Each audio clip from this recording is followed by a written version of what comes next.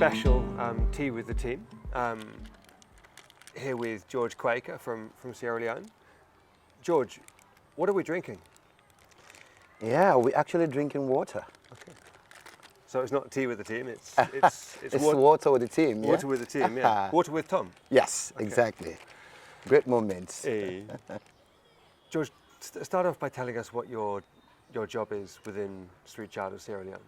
But currently, I serve as the project manager for the Allen and Overy project that is Eastern based. How long have you been part of the Street Child family?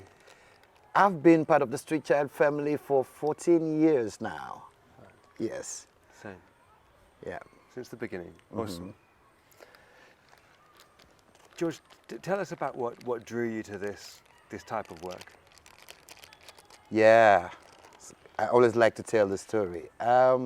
So I had a very difficult, childhood growing up.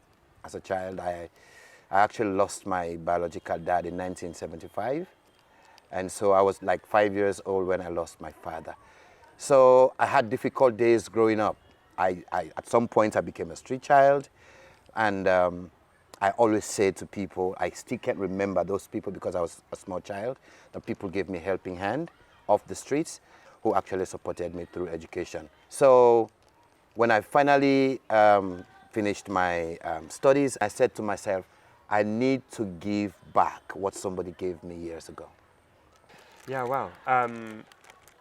George, the first time we got to know each other really well, of course, we worked together a little bit before, but was during the Ebola crisis in 2014, where the epicenter was in Kenema. Pick the story up when the announcement came that there should be a quarantine on Kenema, and I remember giving you a phone call then. Yeah. Kenema was an epicenter for Ebola, like you rightly quoted. And then myself and my team had just been in Kenema for like 2 years, because we started in 2012. And this announcement came that Kenema should be quarantined, and it became a worry for head office because they wanted to ensure their staff were safe, which was really good. But then I said to myself, if we close the office down now in Kenema, eventually Street Child will close down because Ebola was spreading wide and fast. But then I told my team, guys, this is time for us to stay. I told my country director, please sir, allow us to stay and support us to work with these families. Rather than getting scared or being afraid of Ebola and packing up our bundles and closing the offices, we became twice determined to be there when nobody else was there. This is the time they need us most. And honestly, when we stayed, and as a result of our stay, our Ebola response as an organization was compared to none and was second to none. So, obviously, you were in Sierra Leone during the civil war of the 90s, and then Street Child developed in the aftermath of that from 2008. And then in 2016, we got this tap from UNICEF that they really wanted us to start in Nigeria. It would be great to just hear a little bit more about that. Yeah, so like I said, Nigeria is quite an interesting beat.